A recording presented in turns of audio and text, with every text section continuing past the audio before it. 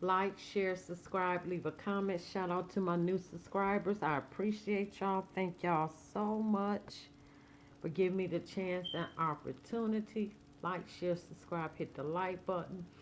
Man, when I tell you it is so much going on, and everybody calling on Trump, everybody, Nigeria, Venezuela, they asking Venezuelans ask him to come back because the um lady, the VP in Venezuela, the people were saying she's saying one thing to Trump and another thing doing something else. Out of 800 political prisoners, they only released like 11. They calling on Trump. Now the Iranian people talk Trump come save us. Trump say help is on the way. I don't care how y'all feel about Trump. That is my dog. He is a gangster. I love Trump. Man, he coming through. He said help is on the way. He on the way. I said, look at this shit here. Yep, and I kind of believe he is going to be the last president. I really do. This is insane. So we just gonna get into what's going on into Iran. But anyway, how y'all doing? How y'all doing? It's just so much. It's so much. Sometimes you have to take a mental health day with everything that's going on. And that's for real. Let me open up my water before we get off into this.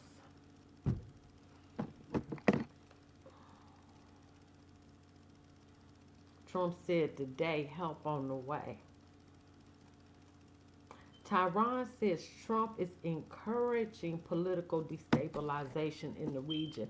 And the one thing I learned, I thought Iranians were Islamists. They were not, they didn't turn to Islam until 1979 when the Ayatollah came into being.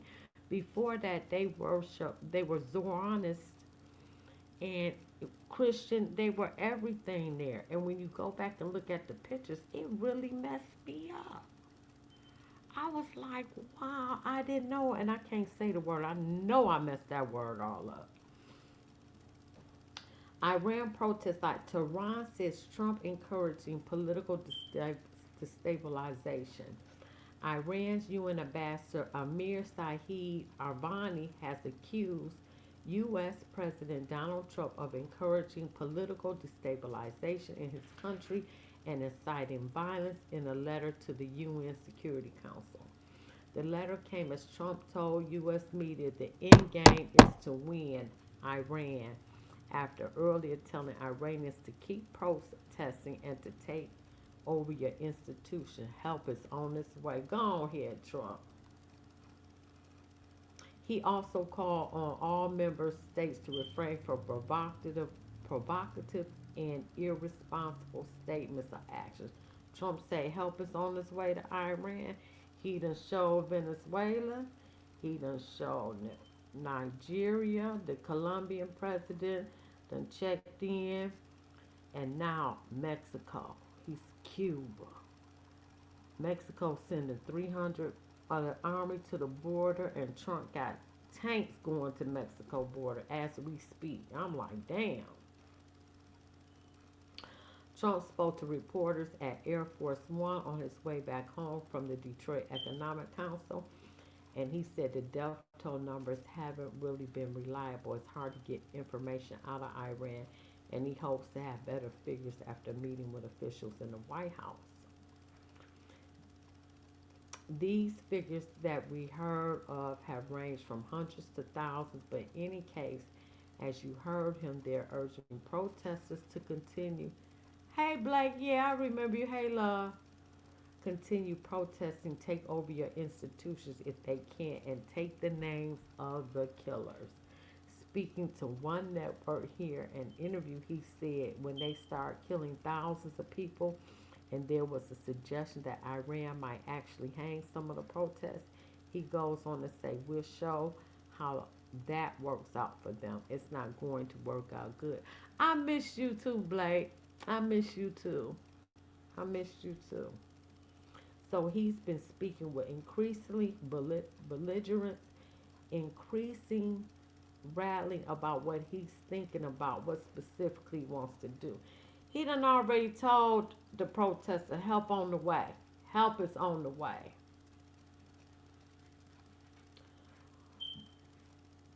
More than 2,400 protesters reported killed in Iran as Trump issues warning about executions.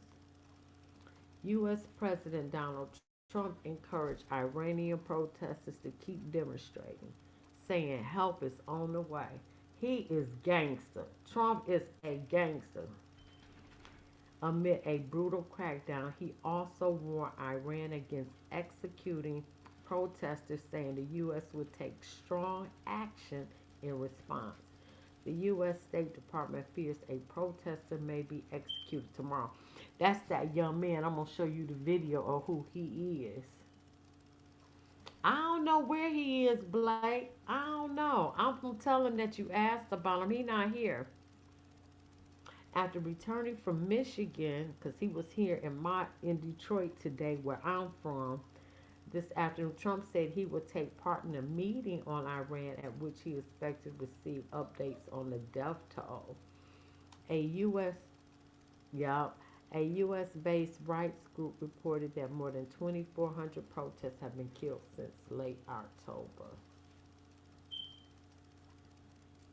So Iran's UN envoy says Trump violated international law by urging Iranians to keep protesting.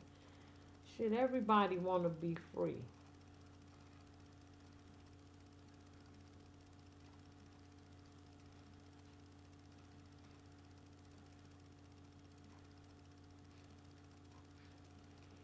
Trump imposes, tells Iranian protesters help us on the way as he fights, but he's no, I ain't want to do that one. I already did that. Oh, he will impose tariffs as Iranians make first calls to the outside world for help in the violent crackdown.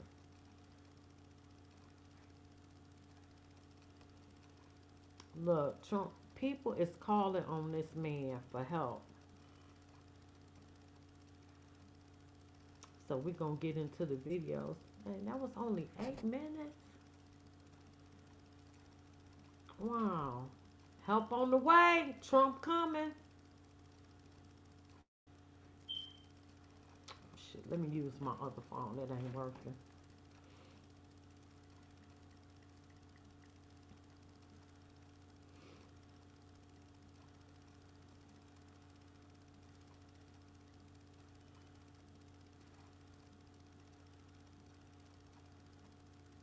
Okay, here we go.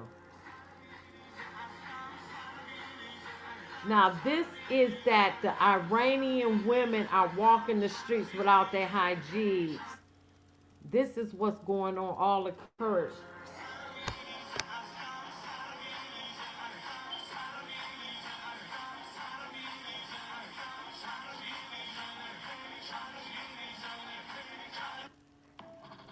And I didn't realize that they were forced into Islam. I thought they were not Islamic until 1979. The Ayatollah Khomeini came in. They out there. My support to the Iranians. What a time we are living in. What a time. Iran is not an Islamic nation. It's a nation that was colonized by Islam. Our indigenous faith is Zoroastrianism. That's why young Iranians across Iran are coming out and saying that they are not Muslim. They are Iranian and Zoroastrian. And a lot of people don't understand just how brave that is, because leaving Islam in Iran is punishable by death. In the past few nights, thousands of Iranians have been slaughtered by the Islamic regime for coming out and protesting and standing up for who they are and who their ancestors were. And this is a pattern that's been happening for 1400 years. In the 7th century AD, Muhammad used his newly founded religion to conquer and colonize the Arabian Peninsula. He massacred communities that refused to convert to Islam. For example, in 627 AD, the Islamic army massacred the Jewish community of Banu Qurayza. They executed every single man in the community and forcibly took their wives and daughters as slaves. See, in the Quran, it says that if you kill a man in battle, you have a right to his wife. That's and right. you're allowed to have up to 4 wives. So That's right. colonization of indigenous communities is encoded into the Quran. Okay, Blake. From there, they went on to conquer and colonize Iran, which was traditionally a Zoroastrian land for thousands of years. And within Iran, multiple religions flourished, such as Judaism and Christianity, because core principles of Zoroastrianism are freedom of choice and equality of all humans. At first, those who refused to convert were murdered. They began to realize that Iranians didn't want to convert to Islam, and they couldn't murder every Iranian because they depended on Iranians for their caliphate's economy to function. So what they did is made Zoroastrians and other religious groups second-class citizens. Under Islamic rule, Zoroastrians were not allowed to ride horses.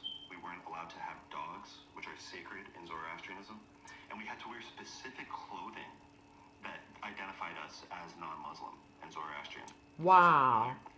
And on top of stripping away all of our native cultural traditions, we had to pay a tax for not being Muslim called a jizya tax. Wow. We had to go through a humiliation ritual where we went and bowed to our Muslim rulers and paid them our tax. Wow. And under the Islamic law, if you converted to Islam, you got to get the inheritance from your deceased relatives instead of your Zoroastrian relatives. And for a long period of time after those initial conquests, we weren't even allowed to speak our language, Farsi. This is all documented in the book 2 Centuries of Silence. I highly recommend reading it. And so this system of Islamic colonization forced many of our ancestors to convert to Islam simply out of convenience. If you're not allowed to ride a horse, how are you able to get to town to sell your goods? Right. If you have to pay an extra tax that your neighbors and competitors and business don't have to pay, then you get screwed. This oppression continued for centuries with every following Muslim dynasty that ruled Iran, except for the Pahlavi dynasty. Before the Safavid Empire, there were over 500,000 Zoroastrians in Iran. By the end of the Safavid Empire, there were only 100,000 left after mass murders. Wow. After that, the Qajar dynasty took the number of Zoroastrians in Iran from 100,000 down to 10,000. Now, Zoroastrians fought very hard to maintain their faith, and we still exist to this day. Small communities continue to exist in places like Yazd, and a lot of Zoroastrians had to flee to India in order to maintain their faith. Thanks to those people, I was able to revert to Zoroastrianism, which has completely changed my life and helped me kind of unravel generations of trauma, and it's helped me become a much better husband and father and member of my community. And that's what brave Iranians are fighting for and dying for right now in the streets of Iran. The right to be themselves, the right to their indigenous faith and culture, the right to freedom. In Iran, it's illegal for women to show their hair. It's illegal for them to dance. It's illegal for them to sing. But that's not who we are. In Zoroastrian Iran, women were extremely well respected. Yep. Businesswomen, Yes. military commanders, they were queens who ruled the entire empire. And a huge difference in Zoroastrianism is that we don't say that the woman has to be subservient to the man. We say that the man and woman must earn each other through righteousness every day. We're not, it's very easy to say that you're superior because of the gender you were born with. The harder and more challenging path is to earn your place and earn your respect every day. And that's what Zoroastrianism calls on us to do. The Islamic regime has completely blacked out the internet. They turn off the switch whenever these protests happen so they can slaughter our people in the dark. So Wow. if this connects or resonates with you, we need your help. I don't think many people understand that this is potentially the most significant point in history in the 21st century. If the Islamic regime is gone, all of their terrorist proxies, such as Hezbollah and Hamas. Okay, Blake, I love you. And kiss Blair for me and tell your mom I said hi. People's lives in the Middle East, please help us and speak up now. What we do in life echoes in eternity. Iran is not an Islamic Nation. It's a I nation. had no idea. I thought that Iranians were Muslim. I did. But nah. Trump is on his way to help y'all like he did Venezuela and Nigeria. Mr. President, you have already established your legacy as Look a at man this. committed to peace and fighting evil forces. There is a reason why people in Iran are renaming streets after your name. They naming Know that streets your after total Trump. opposite to Barack Obama or Joe Biden. Iranians are prepared to die for this cause, and so am I. They already have. Let's partner on this and have a better future for our countries and for our people. Mr. President, you have already established your legacy as a man committed to peace and fighting evil forces. There is a reason why people in Iran are renaming streets after your name. They know that you're totally opposite to Barack Obama. I don't care what y'all say about Trump is a gangster. Trump is here to he laying out a plan. That is my man right there. Iran is such a litmus test right now. It's exposing a lot of people. Listen to this. For those of you watching what's happening in Iran, this may feel familiar. Remember back in 2009 during the Green Movement? At first it was shocking. It was like watching a neighbor beat the hell out of his wife and thinking, how is this happening in front of everyone? You're stunned. You're horrified. You can't believe no one is stepping in. But it keeps happening again and again. And over time, people become desensitized. They stop reacting the same way. They start looking the other way. They tell themselves, it's complicated, it's not their place. It's an internal matter. This is how these people deal with everything. Now, it's as if that woman is trying to escape. This time around, she's risking everything to get out. No one's there to help. People are quiet, not because they don't know what's going on. They know what's going on, but because they've learned to look away. That is exactly what's happening in Iran right now. Millions of Iranians are effectively locked inside their country. The internet is cut. Electricity is cut in many areas. People are being beaten, arrested, and killed in the streets. And instead of outrage, it is being ignored. What's happening in Iran should be the biggest story in the world right now. This is historic. This is the modern equivalent of the fall of the Berlin Wall. So why the silence? We're starting to see a very clear pattern here. Many of the loudest activists, NGOs, journalists, and influencers who were relentless about Gaza have gone quiet on Iran. Sure have. So, where is Greta Thunberg, Susan Sarandon, Mark Ruffalo, AOC? They had no trouble speaking then. No hesitation, no need for qualifiers.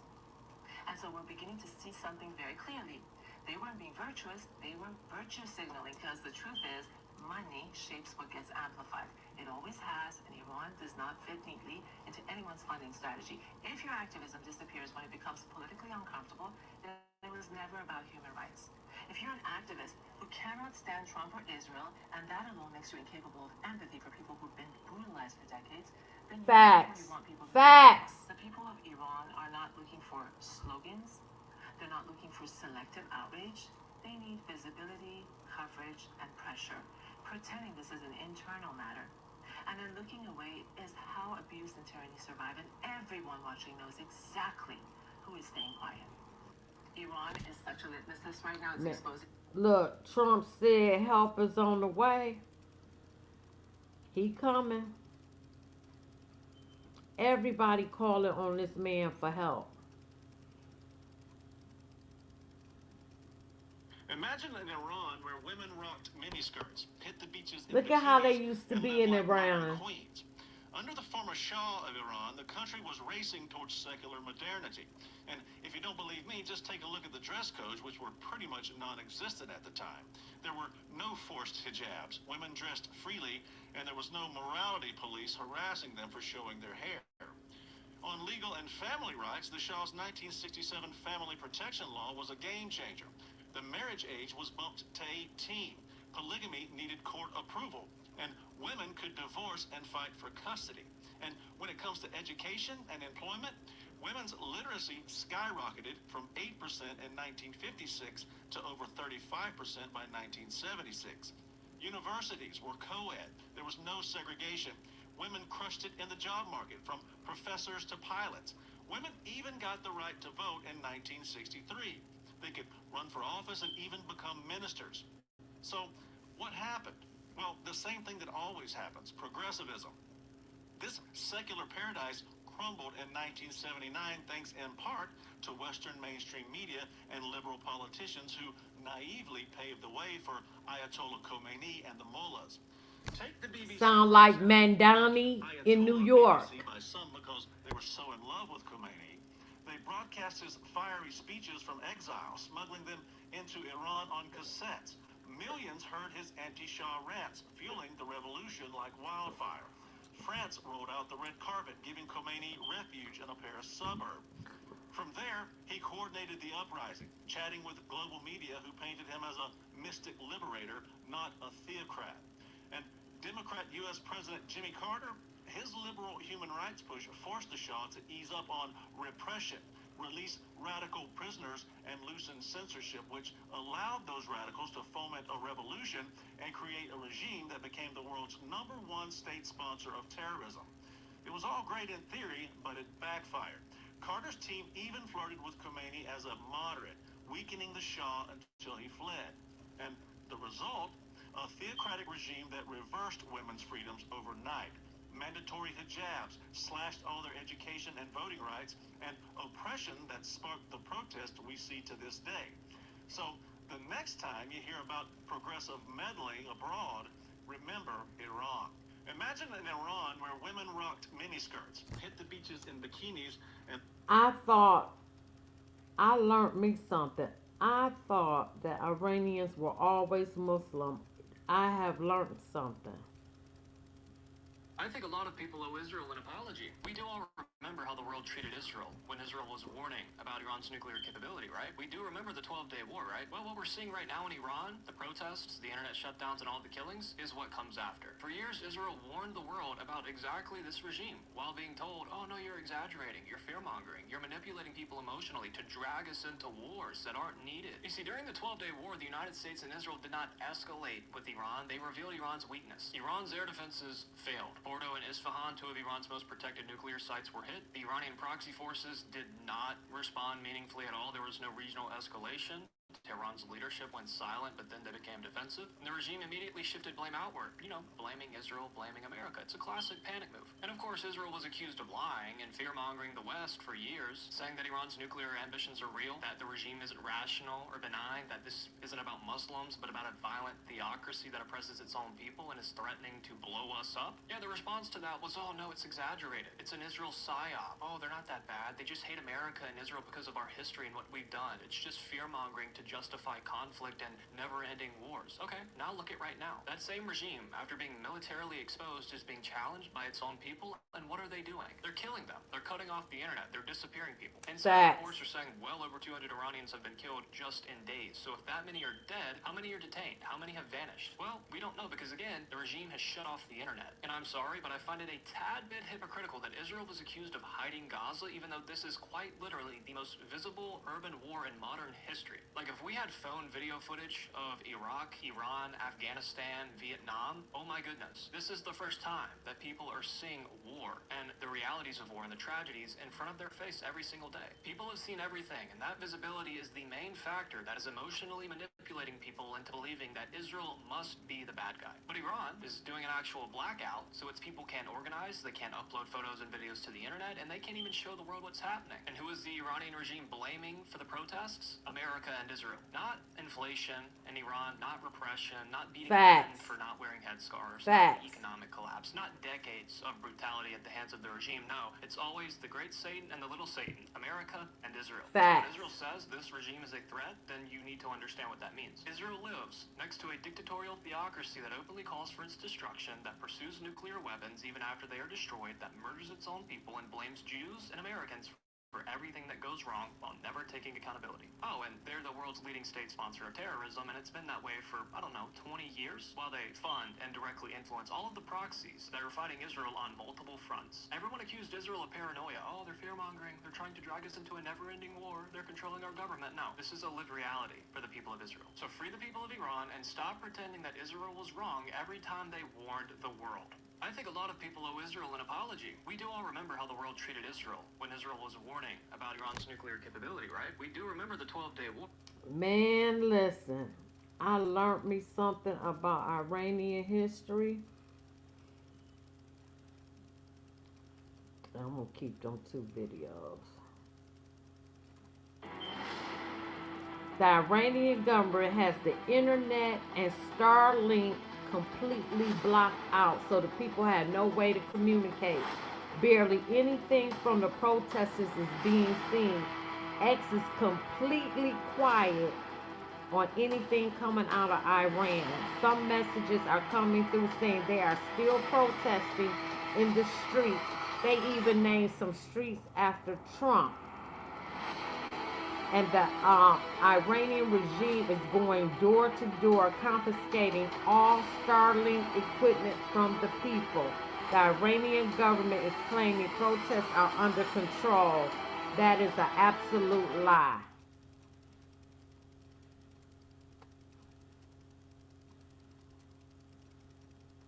This is Turkey. This is what I'm talking about. Look, more than 800 coup plotters, aka political prisoners, were released in Venezuela. If Trump deserves your applause, leave the United States flag here in the comments. Tag Trump. Whether he will see it or not, I don't know. But share to show that we are happy and that we are on his side. Because there are imbeciles out there to say that this here, look, is anti-democratic, is anti-sovereign. You know why?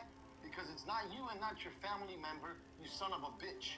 Just this here for these people is worth more than any oil or any sovereignty. If the UN were a serious institution, from the moment a country has a dictator or election. Wait a minute. I wasn't supposed to put that here. Oh, this is Turkey telling them to stay out of the protesters. With strong from the moment a country has a dictator or elections with strong signs of manipulation and with opposing political prisoners, that country there should already be considered out of the question. A country that needs international intervention to reestablish democracy, but no, they still pat the dictator on the head. Then Trump has to come to solve the problem and still be criticized by the UN. That's why let's share and give full support to Trump, because he is the last hope of the countries that cry out for freedom. This is what I'm talking about. Look, more than 800 coup plotters, aka political prisoners, were released in Venezuela. If Trump deserves your applause, leave the United States flag here in the comments. Tag Trump. Whether he will see it or not, I don't know. Listen, Trump, do your thing. Do your thing, Trump. Do your thing. But share to show that we are happy. Hold on, let me turn this all the way off. Oh, here we go. Wish to see any chaos in our neighbor Iran. We do not deny that Turkey warns the U.S. and Israel to stay out of Iran and calls out Israel for fueling the protesters. National will of Iran itself. We foresee that external interventions will lead to worse outcomes, and that interventions, particularly those instigated by Israel to achieve certain goals, will cause even greater difficulties. We emphasize the importance of stability in Iran to prevent further crises and to avoid dragging the region into more trouble. Looking at the statements of Israeli officials, especially those directed at Iran, we see that they are trying to adopt a reckless stance that will create greater problems throughout the region, which is absolutely unacceptable. We do not wish to see any chaos in our neighbor Iran. We do not deny that there are certain problems. Well, that ain't gonna happen. Trump said help is on the way. What's happening in Iran is going to change the global order and the entire world as we know it. Hi, my name's Rehana Nadira.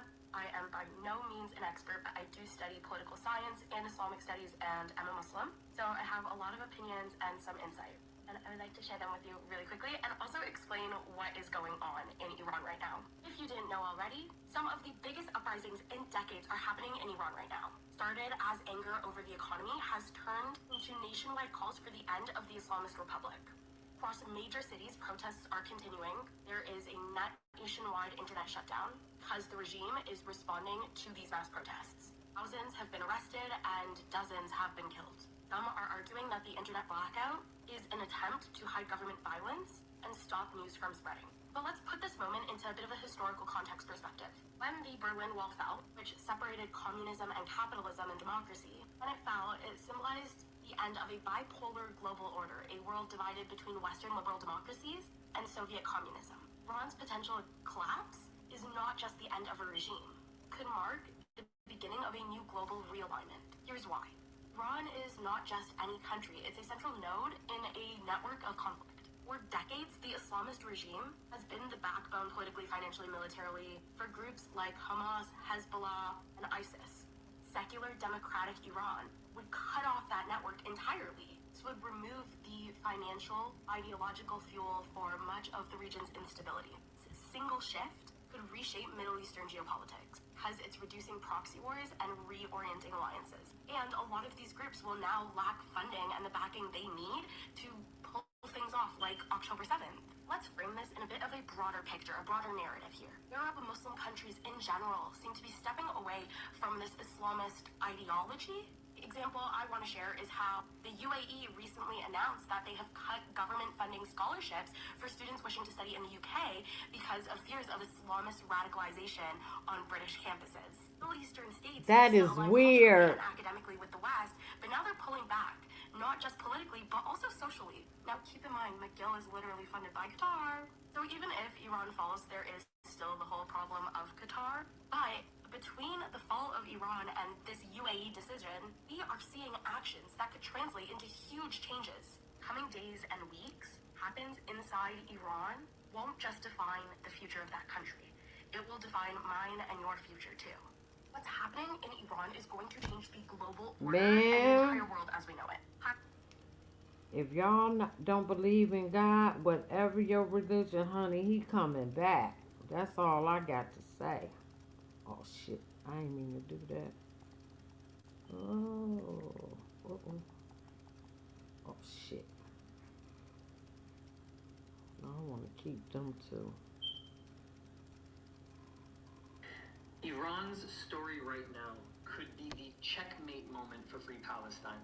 I think it's fascinating. Obviously, none of us are surprised that those same Free Palestine people are not right now chanting Free Iran in the streets. We don't need another post explaining the hypocrisy there. It's a reflection of the fact that they cannot, not because of their choice, they can't because of the rules, condemn what is happening right now with the regime and how they're treating Iranians, because it would also mean that they would be condemning the same thing that they've indirectly been supporting for 2 years. Because Facts. you and everyone else knows at this point the supply chain between the IRGC and groups like Hamas. And when Free Palestine goes to Columbia University and has students wearing green bandanas supporting the liberation movement against the apartheid state Zionists here, what they are doing is they're supporting the regime because the regime is what has funded groups like Hamas to then get college students, Tommy and Susan, over at Columbia to protest. But what we're also seeing right now is what we would all call the cutting of the head of the snake.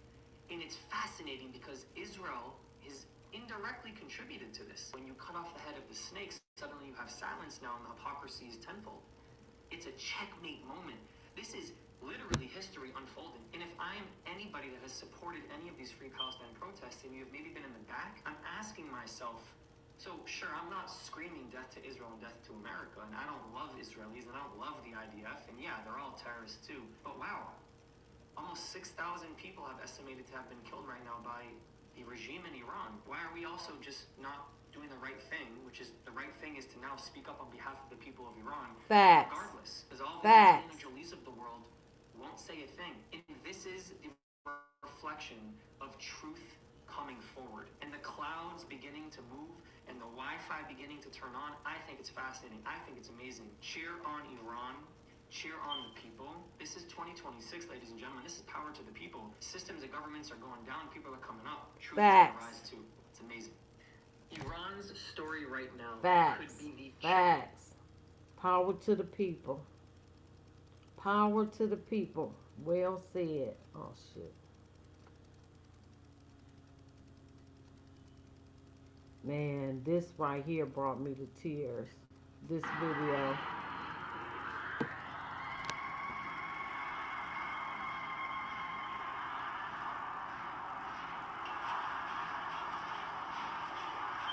This brought me to tears.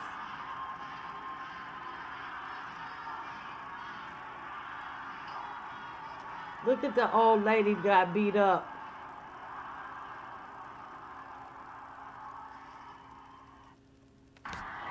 Man, that brought me to tears. Hey,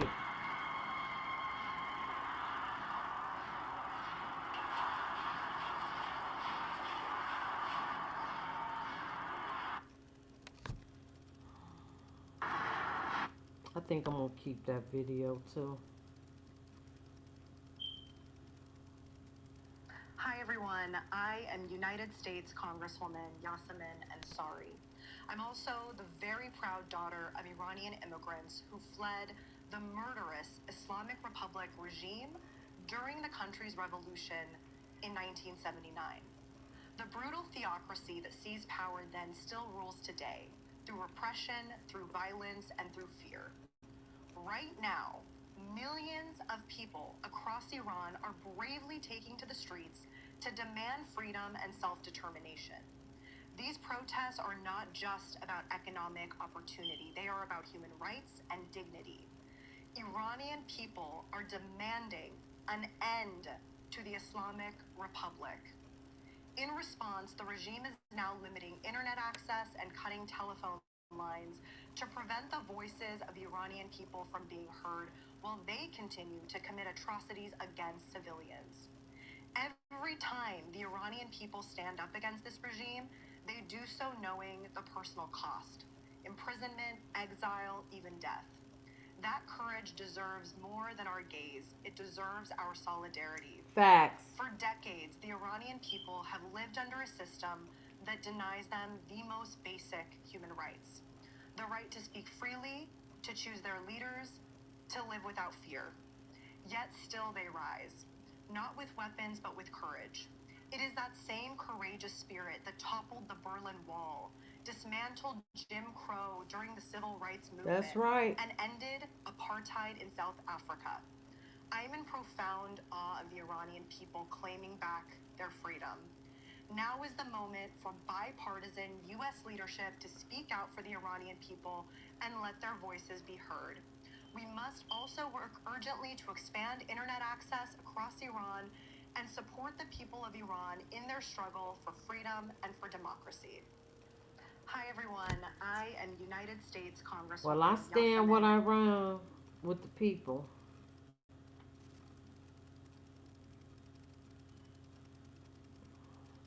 Well, Trump said help on the way. Iran summons European ambassadors over protest footage.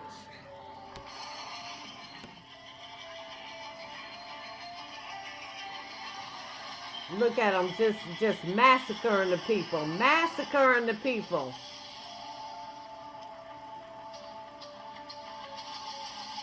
Massacring the people.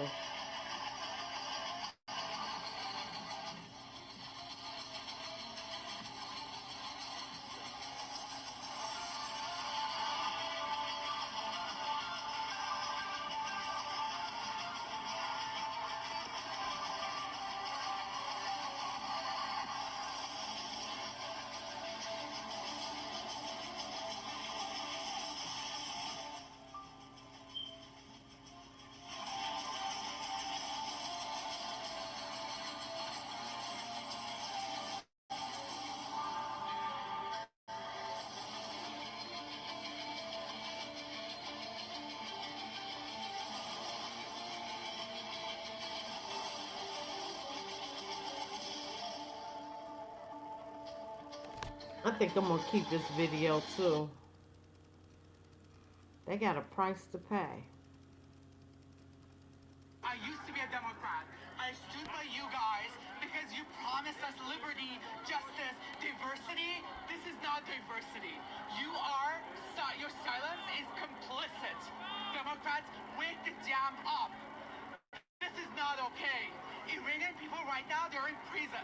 They're in prison. They're in complete digital blackout. How can you be silent? I used to be a Democrat. I stood by you guys because you promised us liberty. You ain't never gotta worry. I will never vote Democrat. My beliefs do not align with they bullshit. ever. 1,000 protesters have been killed in Iran so far. But why are they protesting? Nobody's talking about it. Well, if you have a store in Iran right now, your money is worthless. So you sell out everything today, you can't go buy more shit tomorrow, and now you're starving. So the U.S. is saying that it's the Iranian regime they're revolting against. What they're revolting against is the fact that their money is worthless, because what did the U.S. do? They made them have so many sanctions that the Iranian currency is now zero. In other words, they can't buy anything with it. Now the problem is, if your currency is worthless, you can't eat, you can't drink, you can't do shit. And that's why they're protesting, because they're literally starving to death. So the U.S. is using this tactic to overthrow the Shah, or whatever, the fucking Ayatollah of Iran. Why are they trying to overthrow him? Well, like Venezuela, like Iran, they are massive countries that supply oil to China and Russia. And the U.S. is now doing something that no one else has ever seen before. They are trying to take over the key places that pretty much power their entire infrastructure, that power the power grid in China and in Russia. And if they control Iran and they control Venezuela, what ends up happening? Well, Iran and China become the U.S.'s bitch without ever having to go to war. So they're playing chess at the cost of what? At the cost of Iranian lives. I think the U.S. should go in there and overthrow the Ayatollah quickly so people stop getting killed, because to be honest, these fucking government games at the cost of what? No life is worth these fucking games. If for some reason our rulers and our leaders love war, they're so fucking primitive, they think it's a good idea to go kill each other and cause death and use psyops to make it happen. So right now we're blaming the Ayatollah. Fuck that guy, I hate that guy, okay? I hate that guy. But you know what else I hate? I hate the fact that the U.S. brought their currency down to zero and now are causing them to get fucking killed.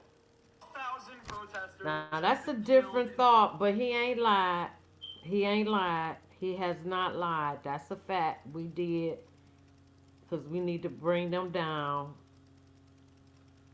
As much as I hate to say it, he's telling the truth. I have to agree with him.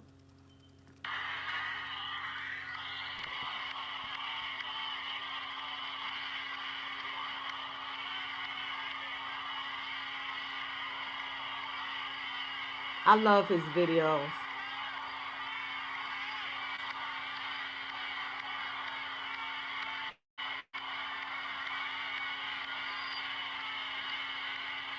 There are reports coming out that anywhere between like 2,000 and 20,000 Iranians have been killed by the government. Most of the reports I see are in between like the 10 to 15,000 area, slaughtered by the regime. Here, look at this. Here we're looking at how the bodies have been stacking up. It's slaughtering their own civilians. A little while ago, Trump said he's going to be getting some answers today, likely, on like the amount of people that have been killed, and they will act accordingly. He's tweeted help is on the way. He said if they kill a lot of civilians, we will act. And I want to see him keep his word. This is something I'm okay with my tax dollars going to personally. Me too. Here's how Me things are too. gonna go in Iran. Speaking against the government can get you imprisoned or executed. Peaceful protest, criticism, or even social media posts can lead to you being imprisoned or executed. Women are legally forced to dress a certain way, and they enforce this with fines, prison, beating them. The economy is destroyed despite natural resources. Inflation, unemployment, and a collapsing currency have quite literally destroyed people's purchasing power. Children are thought to obey blindly, don't ask questions, and do whatever authority says. The internet, as we know, gets shut off during unrest because they don't want the world to see what they're doing to their own people. Public executions are used as intimidation. Corruption is rampant at the top, and millions want to leave because they see no future. And a lot of this happens because the regime prioritizes its own survival over domestic prosperity, meaning the success of its people. They also prioritize military expansion, proxy wars, funding terrorism around the globe. A lot of what they prioritize triggers sanctions that then harm its people even more. On top of that, they work to legitimize terrorism as a way of doing things around the world. They are quite literally state sponsors of terror. You know who they support? The whole Free Palestine movement, the Hamas movement.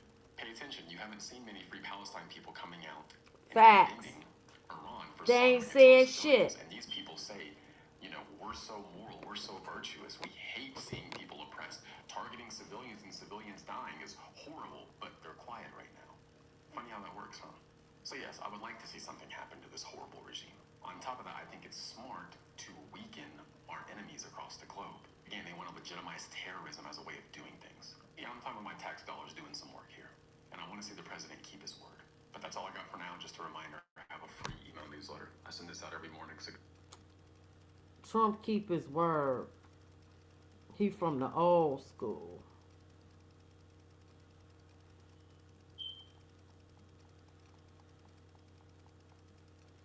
Have I been an hour?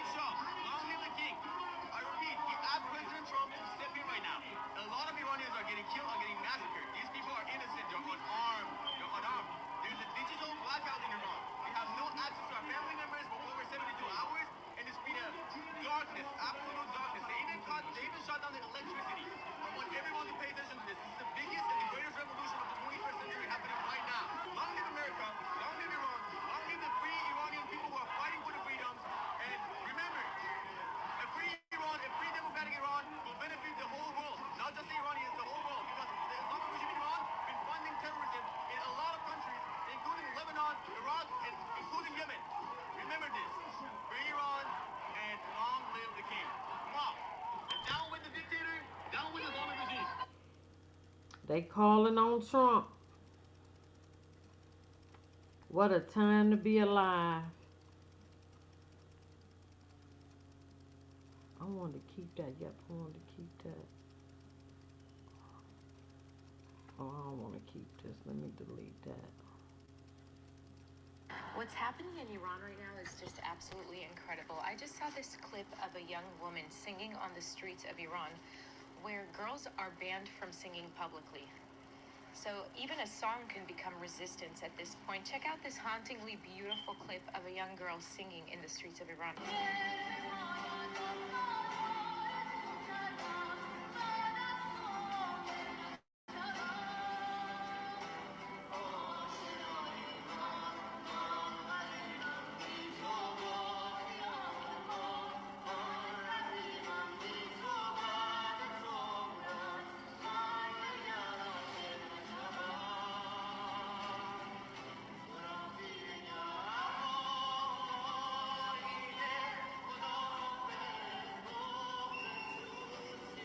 What's happening in Iran right now is just Oh, absolutely... man.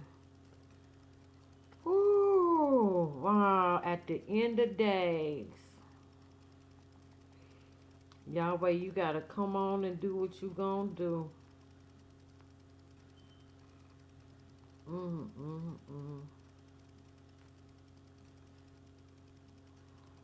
Your people are hurting, God.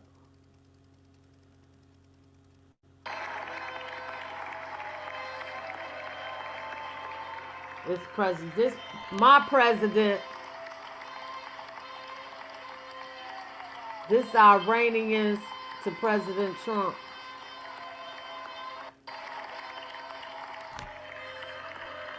You're in a room full of people praying and declaring the Lord will bring freedom to Iran when President Trump announces help is on the way.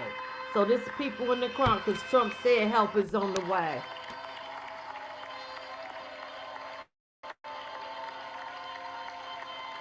Damn. I think I'm going to keep that video too. Yep, I think I'm going to keep that video. Because I'm going to stay on this and Venezuela.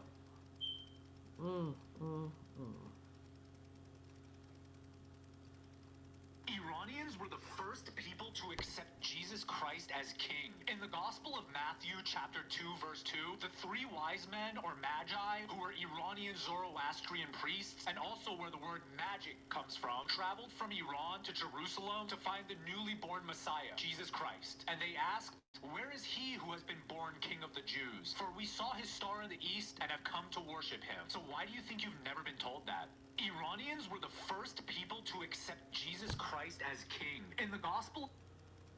I didn't even know that, and I know that verse.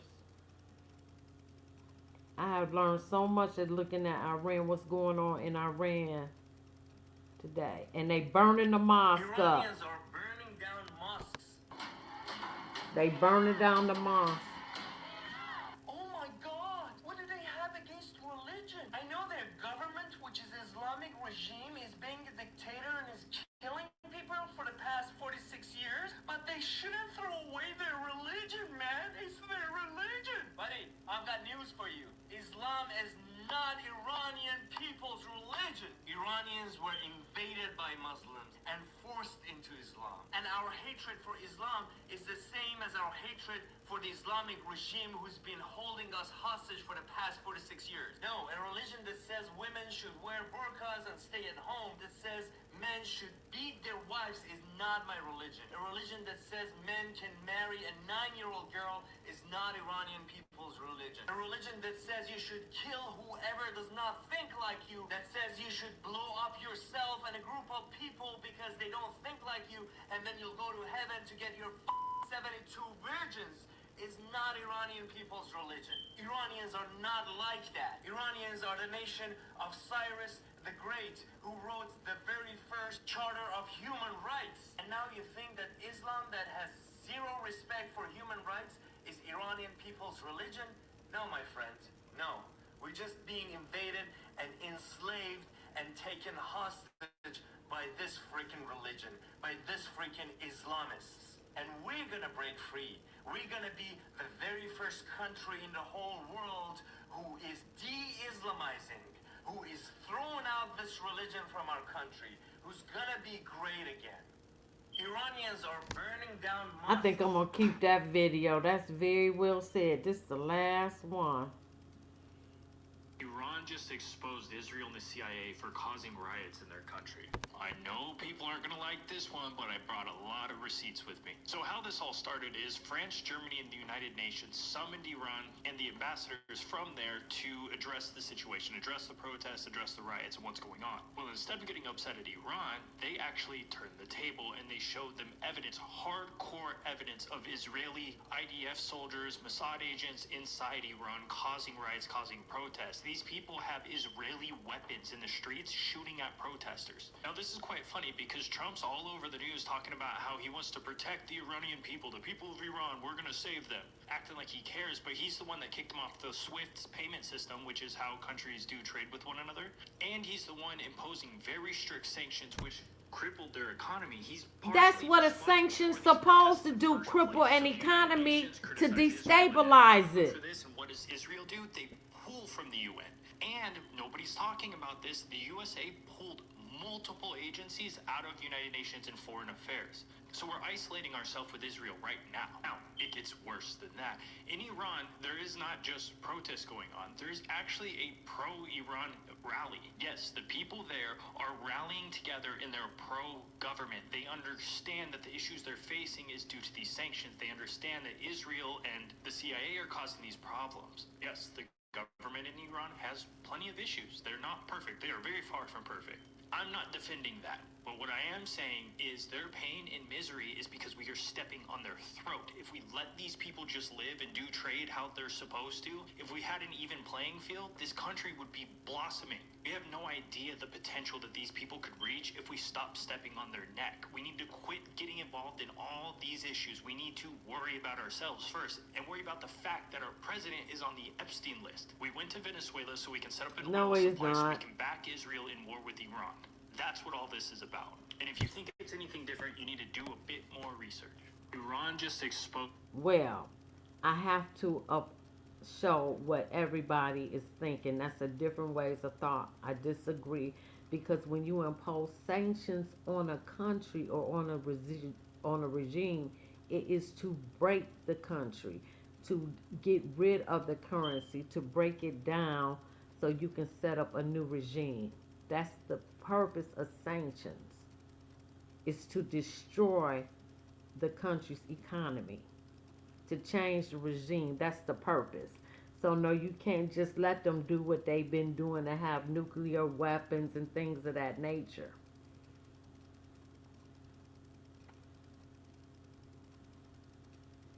Okay, this is gonna be the last one right here.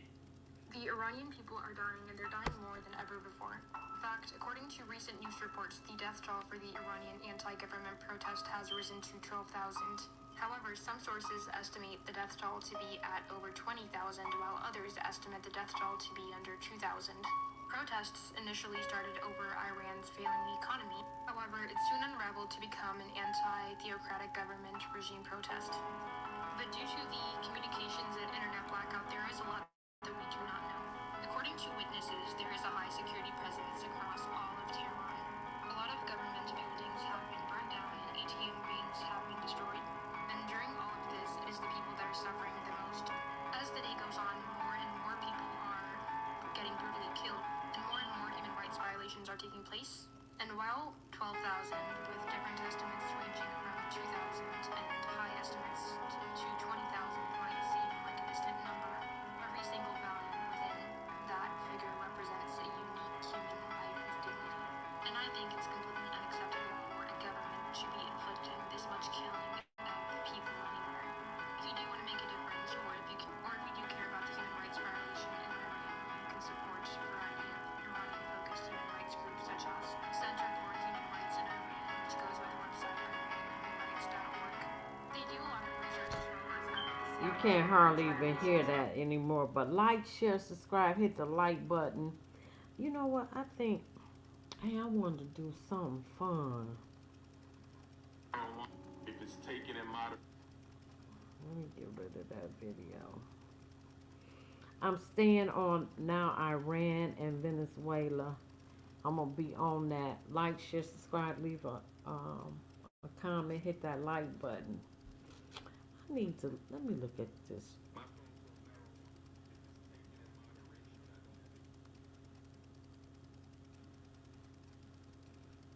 Hold on.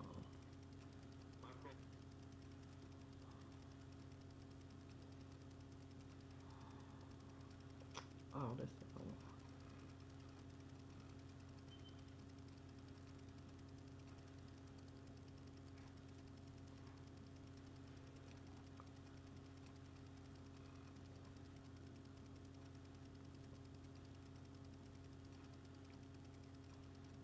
let me see.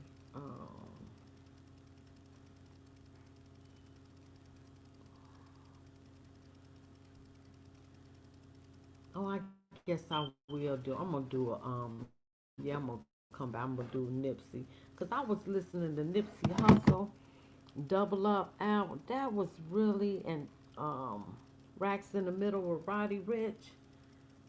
That really was a great album. I'm gonna do him. I'm gonna come back and do Nipsey Hussle.